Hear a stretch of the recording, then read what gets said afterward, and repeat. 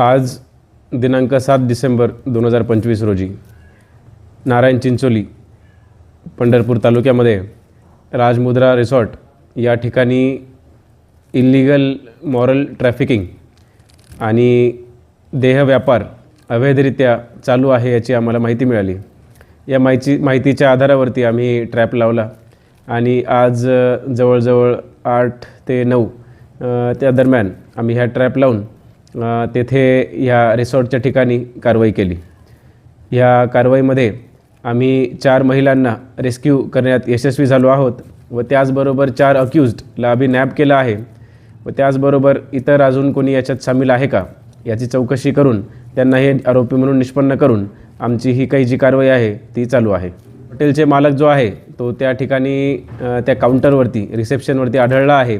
त्याचबरोबर त्या ठिकाणाहून त्या रिसेप्शनमधून रजिस्टर्स ज्यामध्ये वेगवेगळ्या लोकांची नावं व महिलांची नावे आहेत व त्याचबरोबर त्यांचा मोबाईल ज्यामध्ये वेगवेगळे फोटोज व UPI ट्रान्झॅक्शन्स जे झाले आहे त्याची माहिती आहे।